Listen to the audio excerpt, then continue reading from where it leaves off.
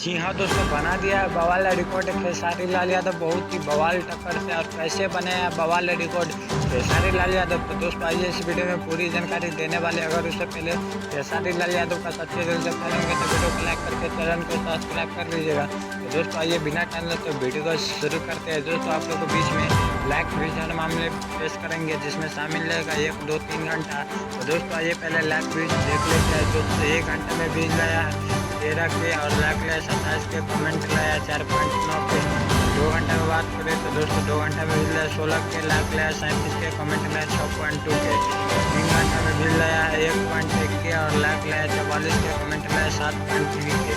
दोस्तों आप लोग सोच सकते हैं कि ये गाना भी ब्लास्ट कर चुका भोजपुरी इंडस्ट्री में, जो कि गाना का टाइटल है हमार जिला, जो कि ये गाना सच में ब्लास्ट कर चुका है। तो दोस्तों आप जाइए और ये गाना सुनिए, बहुत ही धमाका हो चुका है ये गाना। तो दोस्तों आप लोग क्या कहना चाहते हैं खेसारी लाल यादव के बारे में, तो दोस्तों अपना कमेंट बॉक्स में जरूर दीजिएगा। तो दोस्तों भोजपुरी न्यूज़ की नजर ऐसा अपडेट लेके आता रहता हूँ।